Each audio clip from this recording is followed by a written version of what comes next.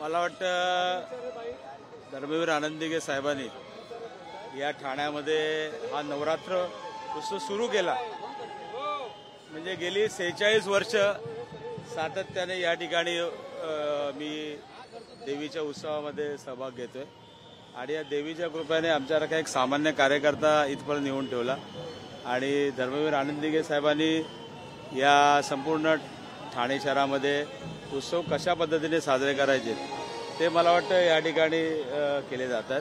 आज दिघे साहेबांना जाऊन 23 वर्ष झाले, परंतु ही परंपरा कायम ठेवण्याचं काम सर्व ठाणेकर या ठिकाणी करतात आणि ही भक्तांच्या हाकेला धावणारी आणि नवसाला पावणारी अशी देवी आहे आणि या देवीच्या उत्सवामध्ये मला वाटतं सर्व ठाणेकर या ठिकाणी भाग घेत आहेत।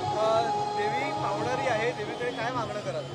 मला वाटतं देवीकडे एकच मागणं आहे, या भ्रष्टाचारी आणि या तुम्ही बघितलं असेल ही तर महिषासूर मर्दिनी आहे आणि महिषासूर मर्दिनी नक्कीच या भ्रष्टाचाराचा त्याचबरोबर जे काय आज तुम्ही बघितलं असेल सर्वसामान्य माणूस हवादिल झालेला आहे, ज्या पद्धतीने कायदा सुव्यवस्था बिघडलेली आहे, आज महिलांवरती अत्याचार वाढत आहेत, त्याचबरोबरीने लहान मुलं सुद्धा त्यातून सुटली गेलेली नाही आणि एवढ्या मोठ्या प्रमाणामध्ये महाराष्ट्रामध्ये महाराष्ट्राचा बिहार झालेला आहे आणि अशा परिस्थितीमध्ये आज या ठिकाणी सर्व यंत्रणा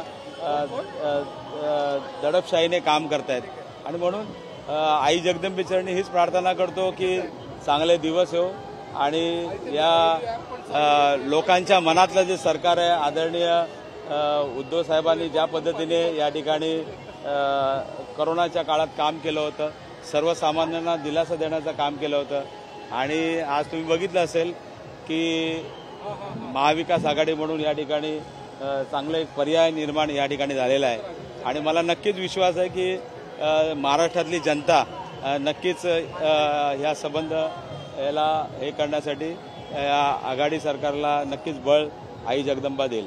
पात्र अपात्र असेल, पक्ष चिन्ह असेल याचा निर्णय अजून लागत नाही।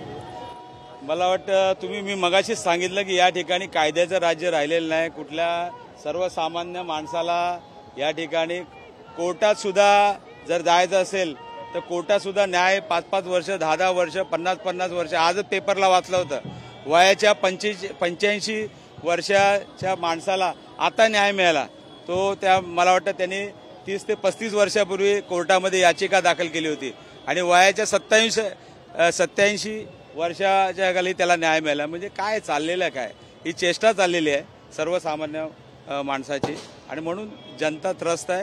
नक्कीच जनता या ठिकाणी ह्या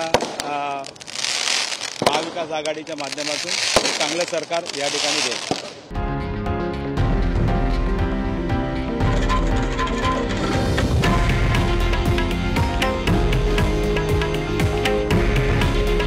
हे आहे देशातील नंबर 1 न्यूज नेटवर्क आणि आपण पाहत आहात TV9 मराठी। काळजी तुमची, हित महाराष्ट्राचं।